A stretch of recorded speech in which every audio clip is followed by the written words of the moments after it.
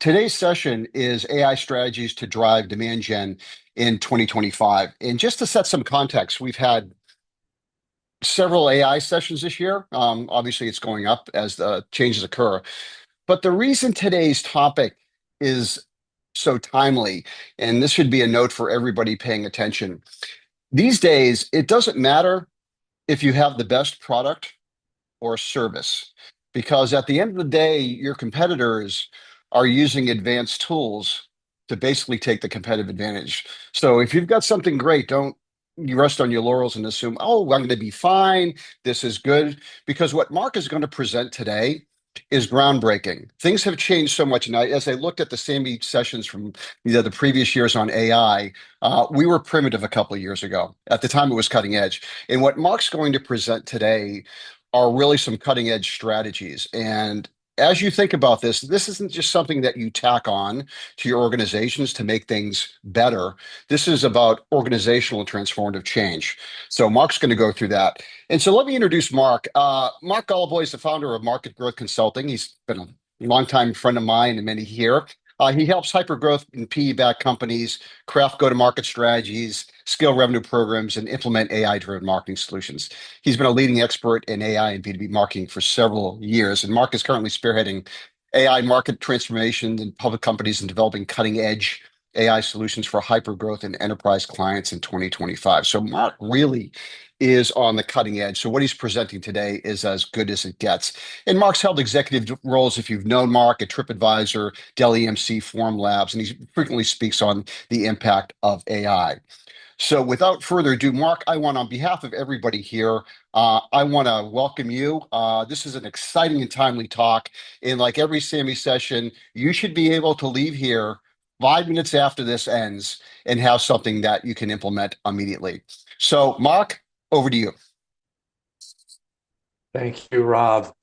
Very excited to be here. I hope many audience members remember the Newton Marriott and breakfast every month with a just top-notch group. That was wonderful to have breakfast with and wonderful to learn from. So my goal today is to have it be a learning experience for everyone. You'll see by the agenda that I really try to be accessible to everyone, no matter what level of AI you're at. But please, if you want to talk about this stuff, reach out after. Everything that you're seeing is real, and we do it every day. So happy to be here, happy to show you. Today, we're going to talk about how I use AI. I know a lot of you are agency owners, consultants yourself. How do I use AI to do my job every day? Then I'll talk you through a session that I did with a public company, whole marketing department, on how they could be using AI right now for targeting, and that will show you kind of what's available and how much better it is than you picture it to be. We are building agentic RAG solutions, and I will explain what that means for those that don't know, for multiple clients right now. And that is really the cutting edge of AI, but I'll explain when we get there. It's somewhat disposable work. And then I'll show you what a balanced SEO and LLMO strategy is and means. And you can ask any questions along the way. Rob and Pam are going to monitor the chat. Please put your questions in as we go. I've got about a half hour of material, so that means you've got to fill about a half hour with questions. So please put them in the chat. All right, what do? So I grew up on the sales-facing side of marketing. So sales and marketing innovators is really super interesting to me.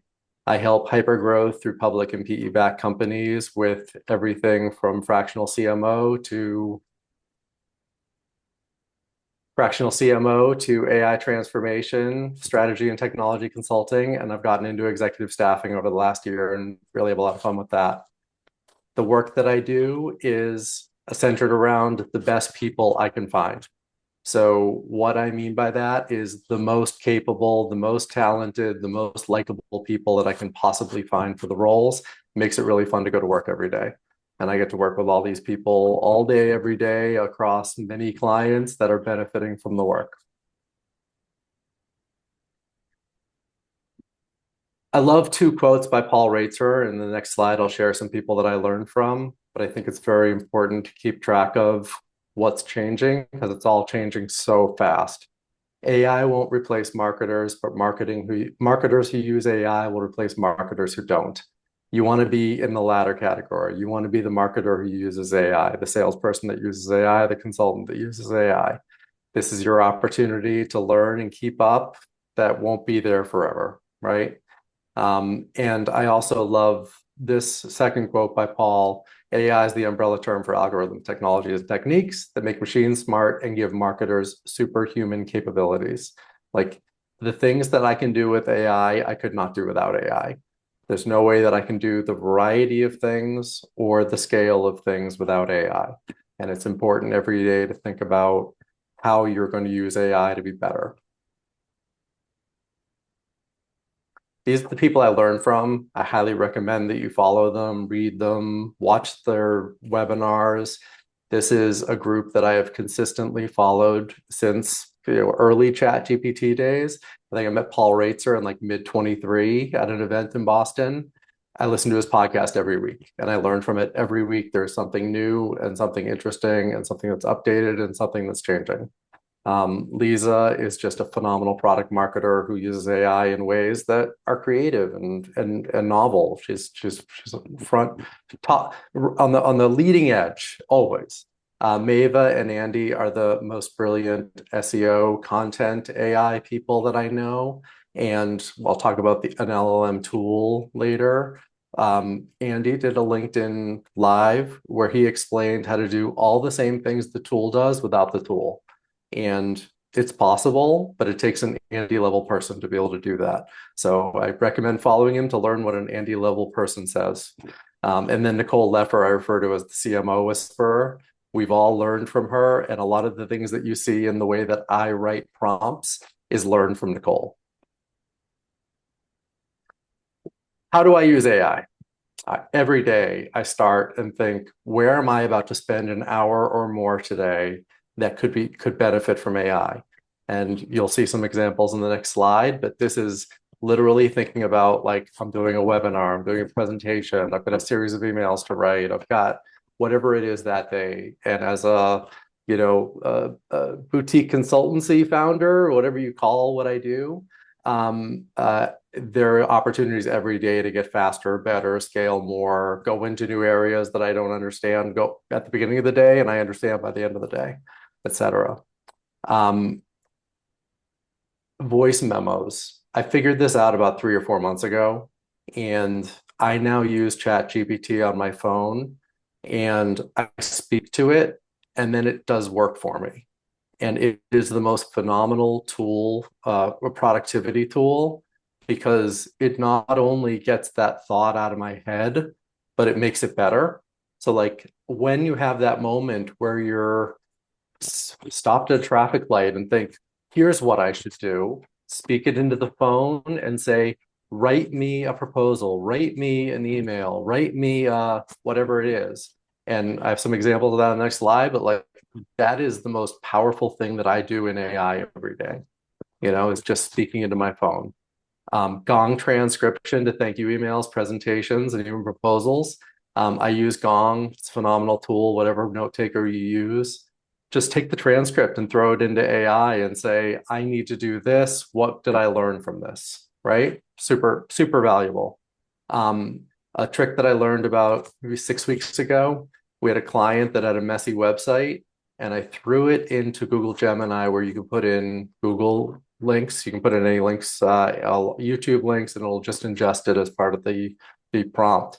And I put in a client's whole website, and I said, write me a mega menu, write me the nav at the top of this website.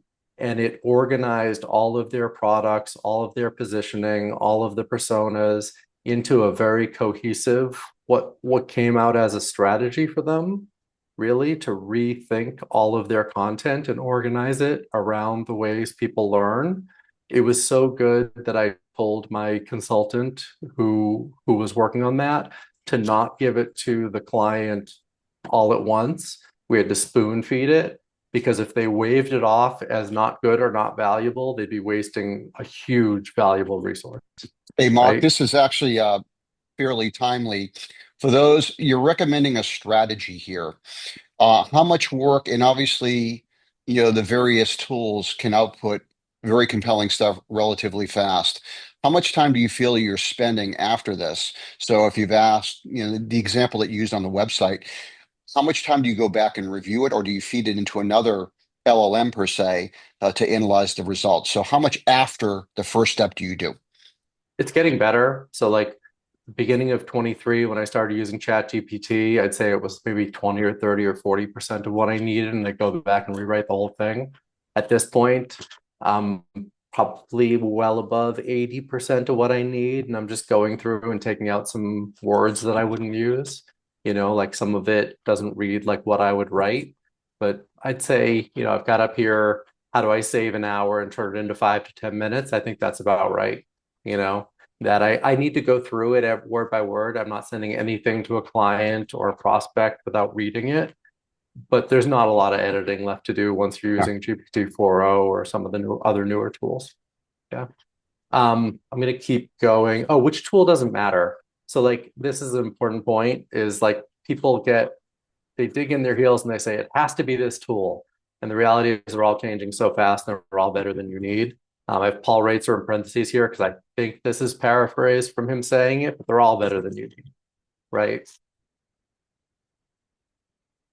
3 examples of what I do. Here's a thank you email, a proposal, and prospect research. The prospect research is so valuable, like it saves me hours. What does this company do? Where do they invest in marketing today? And what problems would they have that I can solve for them? You can read the others, write a proposal, write a thank you. I do this all the time. All right. So you can write really bad prompts, and then you can blame the LLMs for not being very good. So this is an example of a really bad prompt, and I'm going to show you an example of a better version of it on the next slide. My company is an email tool. How should I market to customers, right? Took me 3 seconds, wasn't very good, didn't put any thought into it. This is using ChatGPT's reasoning model, O3 Mini High is their latest, and they've got the worst product positioning and naming. But this is the reasoning tool that is ultra, ultra powerful, right? So I put in a bad prompt, I get a bad generic response. I'm the marketing officer for HubSpot. I'm looking to build a new account-based marketing strategy for enterprise customers over $1 billion. My persona is chief marketing officer, chief revenue officers, etc.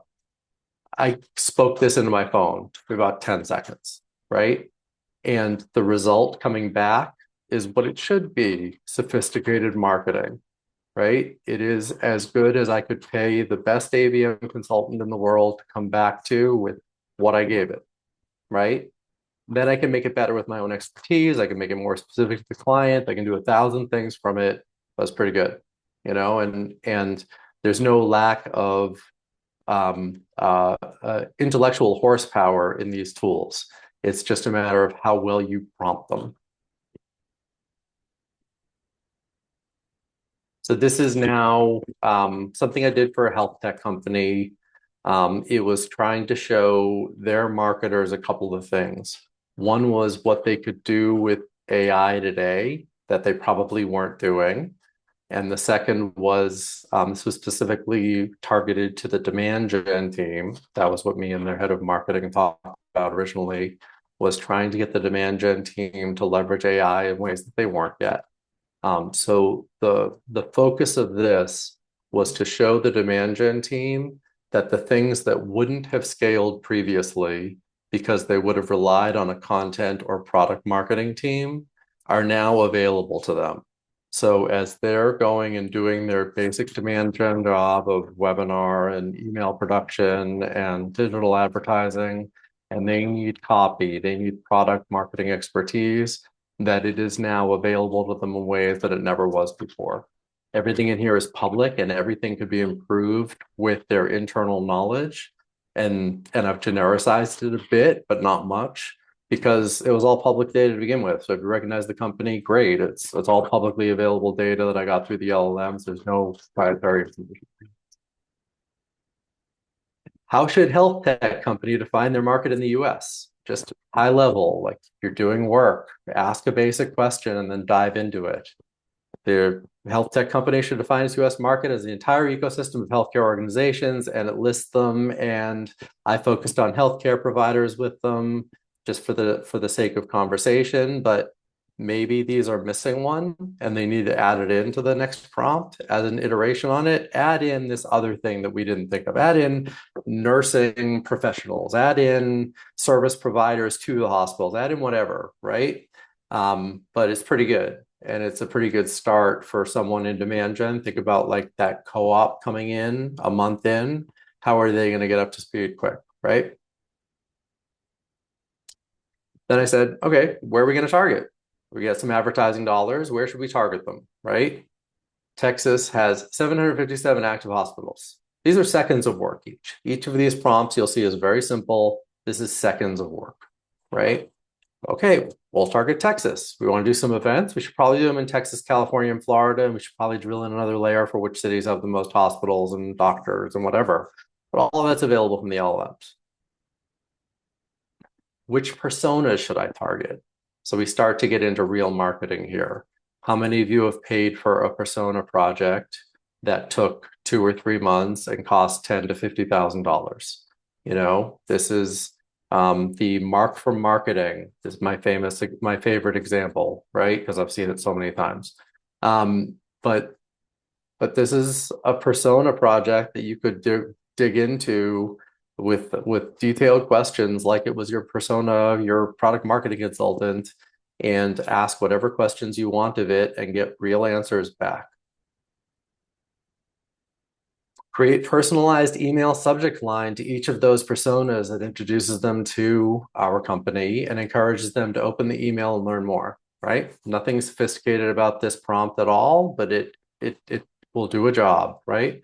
Okay, Mark, from an Go ahead. operational perspective, this is great. One of the things that I'm observing is the use, for example, what you have on this particular slide. I'm seeing both the marketing team putting together introductory messages. I'm also seeing the sales team putting together messages. What are you seeing for both groups to get aligned? Because sometimes the messages can be, as much as both groups are using the tools, the messages can be somewhat divergent. So what is your recommendation? First of all, I have a couple of junior sales reps that I talk to regularly. One's my nephew, and I see what he's doing with AI. And it started a year ago with ChatGPT, and now it's getting embedded into the tools that he uses. So I think sales will benefit more from Salesforce Outreach, Gong, embedding those features and just having the follow-up be more systematic and automated. I think marketers will need to do more of it for themselves over the next couple of years. So I think this is probably more interesting for marketers because sales will say, oh yeah, my tool just does that, right? Because companies will be more likely to invest in the sales side of the house first. Okay, so you're not concerned about divergent messages at all from different groups, or? I think that you can try to spend time aligning, but it might be wasted effort. Okay, You know, thank like you. if they're both good, I mean, all the brand people on the call are gonna throw up their hands in anger, you know, like, but I think from a speed to market perspective, some of this stuff you just need to let fly, because if that sales rep gets the effect that they want and that marketer gets the effect that they want and the company grows by not stopping to align everything all the time and everyone's allowed the flexibility, creativity to go, I think some of that stuff gets washed out because AI makes them better writers. It used to be that you needed to do that stuff so you didn't have crap going out the door, didn't have bad messaging going out the door. Now, I think you can give them some like high level and say, go customize this with ChatGPT, or go use the messages that we've seeded a bit in Salesforce, but not worry too much about it. Good. Thanks, Mark. Yeah, I think some of that goes away. Hey, Mark, you could also take the marketing messages and the sales messages and get AI to do that gap analysis, correct? And reorganize it. The mega menu example is a good one. But there's another thing that I do with websites, which is I drop the whole website into Gemini is the best for doing links, right? that I drop the whole website in and I say, what is the positioning for this company? And then I compare it to what the client tells me coming in. And that difference is the gap between what they think they are and what they really are. So it's very similar to what you're saying on the sales and marketing side. If you took what the best rep was doing and what your demand gen team was putting out and compared them, what could your demand gen team learn from the rep, and what could the rep learn from the demand gen team, and what should the overall message be? That'd be a good exercise, as long as it doesn't slow people down. Like, I think that's the worst thing that I've seen is, tell me your ideas for AI so we can assess which ones we do. We'll get back to you in 3 or 4 months. Yeah. And just last point, win-loss analysis summaries could also be valuable here. You don't have to comment. I'm just saying I'm thinking like that. Anything that you can get in text and put into ChatGPT and then ask questions is valuable. Just got to watch out for what internal knowledge you're putting out there. You know, anything that you put into any tool, regardless of what their terms and conditions say, is public. They can get acquired, right? And the terms and conditions change. Yeah. So Hey, Mark. Yeah. We've got some great questions coming in, and I'll filter some of these and try to time them as well. Michael had asked about smaller companies dealing with the issue of confidentiality when uploading content to LLMs. What have you seen so far? It's the Wild West. What you have to do is come up with policies that encourage people to use the LLMs, but explain to them what not to do. Because I don't think there's anything malicious going on in most cases. I think that it's all people not understanding that when they put something into these tools, it's public and it'll be in the next model and everyone will have access to it. And there's the famous Microsoft example where they didn't limit Copilot enough, and you could see the CEO's calendar and emails by asking questions of the LLM. But this stuff is going to exist everywhere. You'll be able to ask sensitive questions about your competitors and sometimes get an answer. So you need to explain that to people. Perfect. And I think the takeaway, Mark, is that if you wait until things calm down, then you're going to be too late. And you may be getting to this. This is from Gretchen about AI being used to automate email nurtures. She understands how it creates content, but then how does it build the nurtures? So you may be getting to that, or you can cover it now. Your call. No, I am, Gretchen. Great question. Anything that you can do with hard work, you can do some of with AI. You know, and like there will be tools that have automated email nurture capability that will do some of the work. I don't trust that the big old tools like Marketo will adapt fast enough, but they will have AI embedded. So I would say, think about how to, I'll show some things in the next couple of slides. Think about how to get the advantage of what you want to do faster. So let me keep going just to make some more progress, but then I'll stop again, Rob, in a minute for some more questions. So this is how do I there we go. How do I target these personas? I didn't like that one.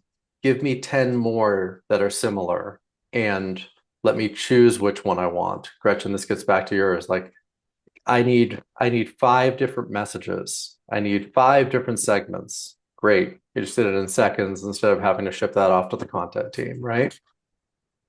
And here's testing, right? Will be the most effective subject line test in an ABC subject line test to determine value, FOMO, or casual, right? Still takes brainstorming. You still need to sit with your smart people in a room and say, what should we test? What are the different ways that we can test? What are we doing now, and what should we try to see if it's better? Right. And then my favorite thing to do for presentations, show me Homer Simpson, show me Cormac McCarthy.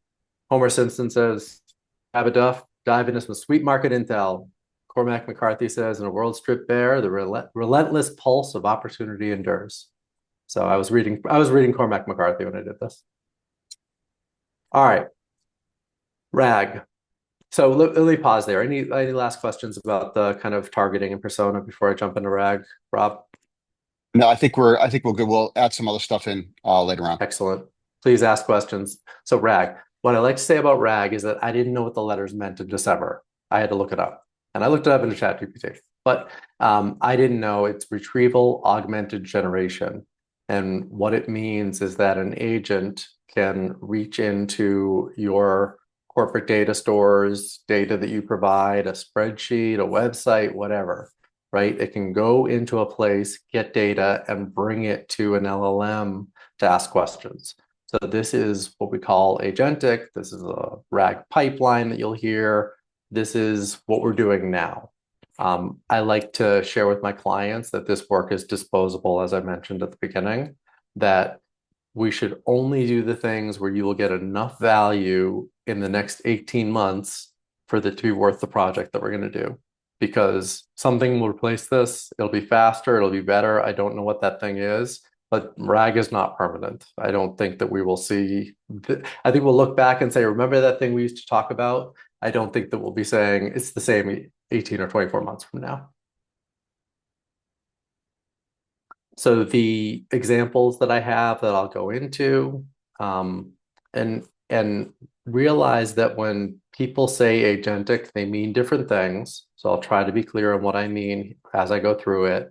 But generally what I mean is that we are using that layer of agents to reach into different client data stores, pull data out, put it into an LLM or pre-built GPT that's trained on what they need it to be trained on, and then output a response, a document, whatever, right? So it's not limited to just what you see in the chat-based tools. This can produce a formatted document. This can produce an email. This can send an email. This can take the response to an email and know what to do with it. So there's some pretty advanced stuff that you can do with this. You just have to think about it as a broad automation. So these are 4 use cases that we are really doing. I'll talk about a couple of them today. First one, mining the Google Calendar for AI native CRM solution. Hey, Marcus, the question on, yeah, go ahead. So folks are used to using LLMs in various things, and some questions about, I got a couple direct questions. How do we get into the RAG world? Where's the door to the RAG world, or will you cover that in a moment? No, I know it's a great question. So the way that I have gotten into it is by partnering with AI developers. So I brought a use case to 3 AI developers. Each of them bid on it with more than the cost was what was their solution. So I had each of them share with me enough for me to judge their solution and then develop it. The tools will get better and this will become automated, but for now it's a little bit of the Wild West. So like we're about to deliver and still deciding whether we need to move from Google Cloud to Azure for some of the last things that will go on in the pipeline for one client. And like that would be unheard of for a software development project or a systems project. We would have known that a year before delivery. So it definitely feels like the Wild West at times and is somewhat hard to manage because of that, Rob.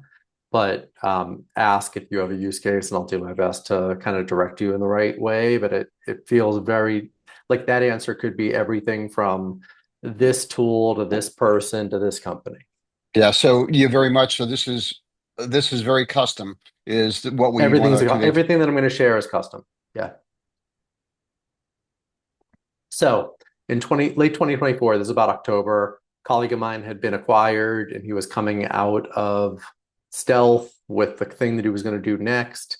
He had already done some work, but basically it was a collection of agents that he thought could help a consultancy owner like me, and he wanted me to be a beta tester. And he said, if you have a new idea, we'll build the agent and you can get benefit from it, but we'll also just make that part of the tool. So I said, one day I was looking through my calendar and I said, all of my good data is in here. Why don't I iterate through my calendar and pull out all of the contacts that I've talked to since I started my business 2.5 years ago? And I said that to my colleague and his CTO, and they said, yeah, we can build that. Have it for you in a week. And they built an agent to once a month go through my Google Calendar and pull out all my contacts. And that is a good example of an agent. It can reach into my data. It can produce an Excel spreadsheet for me. It can add to an Excel spreadsheet. It can enrich the data in it, do a bunch of stuff, right? They then went and built a product around that. So this product called Gia, and I'm happy to introduce anyone that wants to meet my friends, Tukan and Bailey. This product is a CRM tool built from your contact data up. So it's built from your LinkedIn data, from your meeting data, and they are starting to build out the features in it that make it feel like a legit competitor to the more top of funnel aspects of a CRM system. So they've already sold a real product to a real company. And this feels like the next real product they're going to sell to a real company, So this is something that I brought to them, and I have some pride and some, man, I gave too much away when I look at this, but they took my idea and made it into a product, and I'm proud to be an advisor to that product and help them go to market with it, right? They also decided that they needed to be able to compete with all the note takers and just replace that as part of the CRM functionality. So they built a recorder, note taker, and then went steps further to create all of the actions that you would take from that. I'm a Gong user, and this is similar to the best stuff I get from Gong that they're just building. They're doing it with a lot of AI and agents in the background. They built this tool in 75 days. So there is no software development behind this. It's all agents and AI and stringing things together. And that is the modern way tools will be built. PR daily scans. So this is something that, I tell a story? Yeah. This is something where the CEO of a PR firm here in Boston kind of brought a list of a dozen use cases and said, these are the ways we think we could improve with AI. And I sat down with her, we prioritized them, came up with 3, and very, very top of the list was a very basic thing that a PR firm does, which is scan the internet for their clients' keywords and brand and see where they're mentioned and ship it to the client every day. They were doing this all manually, and it was taking around 4 hours a client a day. We were originally told an hour a day, but when we got into the review cycles, I'm now estimating this 4 hours a client a day that we're seeing. And we think we can get this down to all of the production being done and just one person reviewing it, because it'll be so repeatable.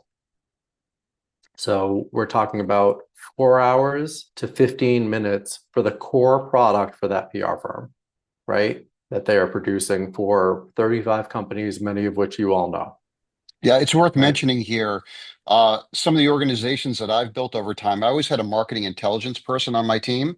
And what she would do is she would feed the sales team particular news. So even using this, then what's fabulous about what you've done here, Mark, is if a lead is cold or they're not responding, oftentimes your BDR team, if they see a particular event associated with it, it can be put in context and they have reason to outreach. This is really huge, Mark. Thank you. And I mentioned in one of the LinkedIn posts this week that I would be giving some real product ideas. This is a real product idea, right? If someone wanted to go build an AI tool that did this, they could sell it to every PR firm there is, right? I'm not a product development company, but someone could be. What this looks like, they were manually formatting. They were going and searching the web. They had saved queries that they were doing.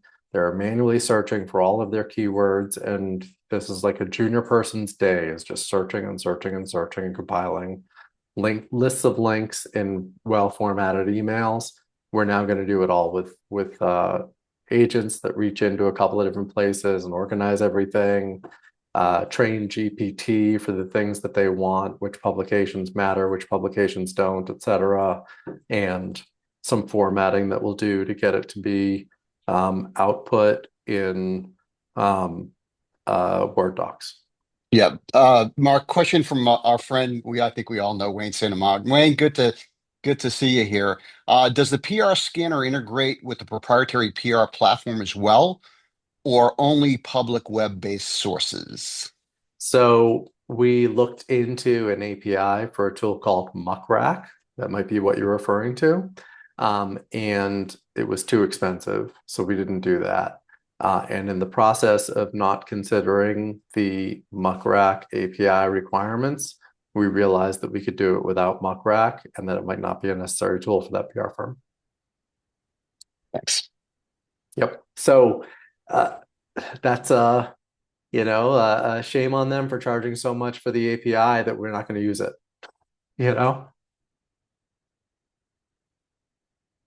Two other ones that I'll just kind of talk through. A sales call recording to high leverage exec engagement. So we are for a public company that has about 100 sales and service support reps. They are purchasing Gong, and what Gong can do within any one email, within any one client, is look at like, what are the actions you should take? What's the value? What's the summary? I use it all the time.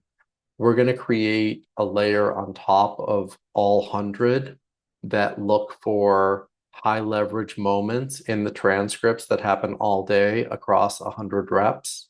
And we're going to pull out when there is a retention issue or a big opportunity so that the management knows about it before the sales rep tells them. So they're not going to rely on the fact that someone says this client's on fire, and potentially doesn't ever tell them, right? They're going to get that detail long before and know that they need to jump in. Or for a big opportunity, they're going to pull in the right sales rep to take advantage of that opportunity. We think this could be absolutely game changing in terms of both retention and expansion opportunities. We're not even talking about it for business development yet, but you can see where that would go as well. Yeah, so Mark, this is pretty powerful, and we're getting some questions. Andy Zimmerman, hey Andy, I hope you're well. Hi Andy. What are your thoughts on using platforms like Salesforce Agentforce or Google Agent Space for creating AI agents to automate routine marketing tasks? So this is kind of an umbrella over the section that you're currently presenting. No, I think they're great, and I think that you should take advantage of them. And I think that is the kind of thing that could replace what we are doing now over time. So when I say that we're disposable in what we're doing, it means that other bigger tools will likely either purchase smaller use case companies or develop these things themselves. I think that Salesforce has a dominant position in this space that and they know this, they'll either maintain with Agentforce or they'll be replaced because they didn't develop it fast enough.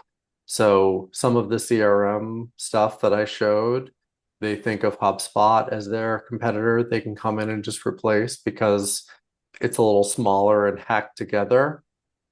I think Gong or Outreach or SalesLoft kinds of tools, Gong is probably the right one to focus on, will just keep developing down the AI path, keep building in more and more features and become a competitor to Salesforce eventually, whether that's Gong or someone else. I've kind of seen that for a while, that transcript plus contract could replace the need for hard-coded data structures of account and contact data and opportunities and so on.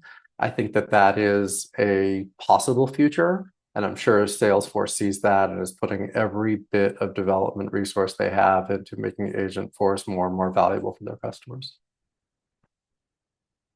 The last one, just demand generation fuel from Gong transcription. So when you sit and talk with someone, they tell you all the things that you need to know to sell them. So what I realized a while back was that I could just take my Gong transcript, drop it in, and say, write me an email that causes this prospect to want to work with me, to buy this solution, to do this thing, or summarize the problem that this prospect just told me, and all of that is super valuable and might be different than you would think. And the LLMs are really good at taking text and telling you what it says. And that's something that we can lose sight of pretty quickly.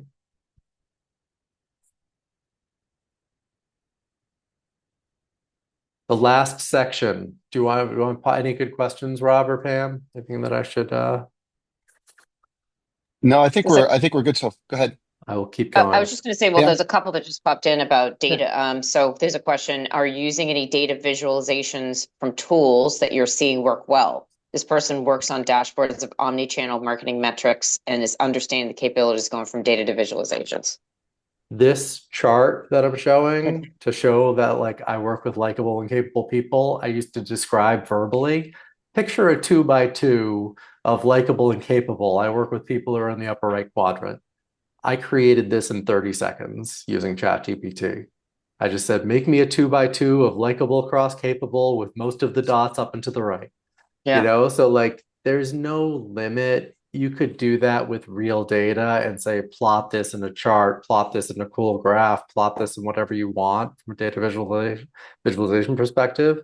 But this was like 10 or 15 seconds worth of work. That was one of the things that I'd planned 2 hours for that day.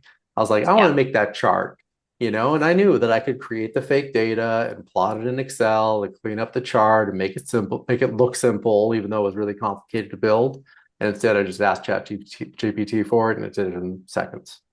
Right, Hey, right. Mark, And so this is a combination of like really good prompting and also the continually improving visualization capabilities of the models. So if you said, oh, all the images that come out look like crazy space robots, well, try it this week because they're improving like on a day-to-day basis. We have another question, Rob, but back to Go you. ahead, Rob. Yeah. Pam, are you saying that the 6 finger days are gone now? Haha. Hands are still hard, but Text getting in the better. background was the worst. Yeah. It could not do text if you said write this, it couldn't write that. And now I think that problem is fixed over time. That's good. Yeah. Okay, one more question before we transition to the next section. Yeah. Nicole Loyacono says, with Gone recordings, how good is with understanding the emotional context of the call? It can certainly understand word for word, but it can tell a difference in inflection when an important point is being made. I think what Nicole is the underlying question here is sentiment analysis. No, it's good. And 4.0 is really good. 3.5 was awful at this. So ChatGPT 4.0, I've used ChatGPT the most. You hear that in my voice. I use Gemini and Claude and other tools, but most of what I do is in ChatGPT because it's good enough and pretty generic and getting better all the time. 4.5 is supposed to be great at that. I haven't played with it yet, but all of it is better than me. Even back to 3.5, it was probably almost as good at me at reading emotion through transcripts. I probably knew a little better. By 4.0, it was probably better than me, and by 4.5, which I'm excited to try, but I haven't really yet, it should be exceptional at it. So I think it's an evolving story. I think that similar to what Rob asked at the beginning, like you need to spend the time to review all this stuff and make sure that everything gets in there. Everything that you want to say gets in there. So I don't think that it's 100%, and it might never be 100%, but it's getting closer and closer to, 75, 80, 85%. Excellent. Thank you, Mark. When it can interpret when my wife says fine, then I know it's reached its capacity. You'll let me know. You'll let me know what it says. All right. SEO and LLMO. So there is we did this with email 20 years ago. Email is dead, right? Email has continued to be the number one tool for every demand gen department I've ever run. And all of the time that I've been running demand gen departments, email is dead the whole time. SEO is dead, and it certainly isn't. I will continue to use Google to search for things. But LLMs will become a more and more important part of B2B software buying, right? Like I start there, and then that frames what I then do more research on, if I even bother doing more research, right? So there was a Rand Fishkin study a couple of weeks ago that said Google search was up, and it totally missed the point that even though search is up, it's not how B2B software buyers are going and learning about your products, right? So I think that you need to be careful of the kind of media that's out there, because I know what I personally do, and I don't start with Google anymore. And I know that there are lots of me's in the world. So I looked at these as really important. Forrester's buyer journey survey, 89% of buyers reported they were using Gen AI in at least some part of their purchasing process. It's not everything, but it might be someday. Gartner predicts search engine volume drop by 25% by 26. I'm not sure that's true, but it's interesting. And Paul Racer said this really well on a podcast a few weeks back. He said, you need to do some scenario planning. What is the possibility that it's 0%, that LLMs impact Google 0%? What is the possibility that it's 25% or 50%? And how does that affect your company and your product? Like it's a competitive risk, right? If you don't consider those things, then you're not doing your job at looking at future risk, right? And you should be doing that for your product as well. I'm just thinking about it from a marketing perspective. A prospect used a tool called Octane 11 that I had never heard of for ABM. I consider myself to be a subject matter expert in ABM, and I wanted to sound intelligent. So I put into ChatGPT, how does Octane 11 compare to tools like 6th Sense and Demandbase? This chart was an output from ChatGPT. I did not format this. This is copy and paste with the icons. So if you don't understand how to use the LLMs to your advantage, you end up with those big red X's in places that it can't find or thinks you're worse at, or has read some article that wasn't that important that puts you behind your competitors, right? So you need to understand this and understand how the LLMs see you, right? It is important to do the Google things as well. Inbound still matters, and it will for a very long time. You need to do those things in all of the right ways. You also need to do some new LLM things that you didn't know you needed to do.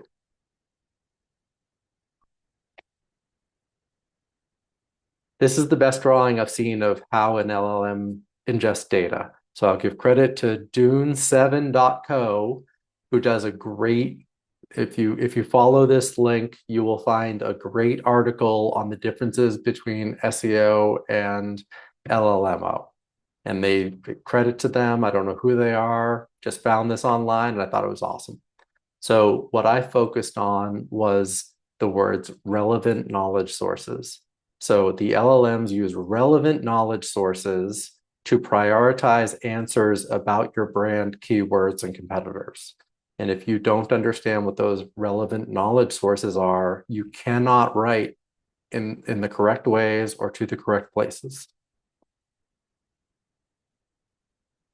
Introducing Brand Luminaire. So Rob and Pam and probably 100 other of you will remember that Mike Ensing and Jarvis Bowers did a SAMI session in, I think, October, maybe September. And one of them said one thing that stuck in my head. They said, and we're building a tool to do large language model optimization. And I followed up with Mike and Jarvis and I said, what was that? And that is now a partner of mine that we are selling to clients, and I am building services around, because that little thing they said was something I had never heard anyone say. And I couldn't figure out for the longest time how the combination of producing lots more content in LLMs and LLMs ingesting data in really opaque ways. There's no way you can see the algorithm that they're using. I remember back, and some people have flashbacks when I say his name. There was a guy named Matt Cutts who used to do a video every week where he would answer a question about the Google algorithm. And it was amazing. You could learn all of SEO by listening to what Matt Cutts said Google did. No one is doing that for the LLMs. No one is telling you what they're doing, and they change too fast, and they change in ways that you can't possibly learn. So how are you going to take advantage? So Brand Luminaire comes in. So this tool is, and I have it set up for 3 different clients. Klaviyo is the biggest, and you'll recognize the most. So I just use the Klaviyo. This is all public information, nothing proprietary. They're not even a client of this tool. I just set it up to see what it would look like, right? They've got good reach. They've got good sentiment. 81 out of 100 is pretty good, right? They do these little clips that say, like, here's the pithy thing that an LLM would say about you. They look across ChatGPT, Gemini, Perplexity, Llama, and Claude. And they even have a DeepSeek section in there for those that like cheap Chinese LLMs that cause everyone to move faster in scary ways. But I prefer to stick with the core. All right, pretend you're Klaviyo. Pretend you think you have the best real-time reporting module for e-commerce marketing that there is, right? You have a tool that has grown in phenomenal ways. Went public last year, can't stop growing. Good for them, right? They're a good tool that everyone loves, but they think they've got the best real-time reporting, and 3 of the 5 LLMs don't even consider them on the map for it. And one of them considers them bad at it. Claude considers them bad at it, right? So what does Klaviyo need to do? Klaviyo needs to write about their real-time reporting in ways that the LLMs will ingest, right? There are a lot of articles about the difference between SEO and LLMO, and all of them miss the where, right? It's not just that Klaviyo needs to write for Google, it's that Klaviyo needs to write for the LLMs in different ways and in different places than they would have written on their website for Google's benefit, right? So where? What Brand Luminaire shows that is truly revolutionary, and why I partnered with them and why I'm building services around them, is they show the where. So what this is saying is, you know, sometimes you see the little source thing at the bottom. Sometimes the LLMs show you and sometimes they don't. But either way, you can go search for the same information that you're finding and see it on the web. There are tools in here that I know Klaviyo would never consider writing for. They would probably never write for Capterra or G2 or Forbes, right? A lot of these are their competitors. Trust Radius is on there as well, right? That they need to write to the places where the LLMs are sourcing from. And if they don't do that, they are missing the portion of their market that's coming through the LLMs. People are tracking LLM clicks. I've never once clicked in an LLM. I don't understand that metric. I use the LLMs, I copy the data out, and I do something with it. So I don't think I've ever once clicked a link in an LLM. That's not the way I use it, right? So it's a bad metric. But these are the places that the LLMs are sourcing from, and they would never think of this without doing it. And it's completely different for every client I've looked at, right? That there are industry rags, there are competitors that are getting sourced, and there are cheats. Andy Crestodina is amazing at talking about the ways that you can cheat the LLMs, and you should read and learn from him. He says things like, write a top 10 list with you in the #1 position on the places where they source from, right? He says on your site and in your PR press releases. I'll extend that to say you should be writing that in all these places. Klaviyo is the #1 at real-time reporting article on Capterra, which I think is Gartner. So, Mark, I hate to be like the bearer of bad news, but we got 3 minutes left. And I know we always promise people we're going to get them to their 9 o'clock meetings. Well, that's very convenient that we got to the end. Last slide, Pam. That's right. Awesome. Well, that is the call to action. So clearly, I'm sure all of you heard and saw that Mark is on the cutting edge of all this kind of stuff. We're all playing with it. Some other experts, obviously, in the chat. Please, Mark, please, you know, you've shared so much, but reach out to Mark if you want any information about how to do this and maybe do a project with him. So we're going to start to wrap things up now. So again, our promise is that when you get to the end of a Sammy session, you've got some inspiration to do some stuff in your day-to-day work. And Mark, you left us with so much. I'm like taking furious notes, and I think I'm pretty good with this stuff. So this is awesome. Thank you, everyone. This was awesome. I'm humbled by how many of you wanted to hear what I have to say. Thank you. Yeah. No, it's awesome. And I think there were a couple things you said too that, like RAG, you didn't even know what the acronym was. a few months back. That just shows you how fast this is happening. So fast. So yeah, if you feel like you're behind, we're all behind. But you know what? The water is warm. Jump in the pool is my advice. Play around, try some of these tools, and watch some of these videos. Yeah. Hey, Pam, we got one final. Yes, the Yeah. recording will be shared as will the slides. So you'll be able to watch this again and learn a lot more. Back to you, Pam. Yeah, no, absolutely. That was just what I was going to say. So the recording will be up in the meetup group. So if you signed up for this, you'll get a notification when it's available along with the slides.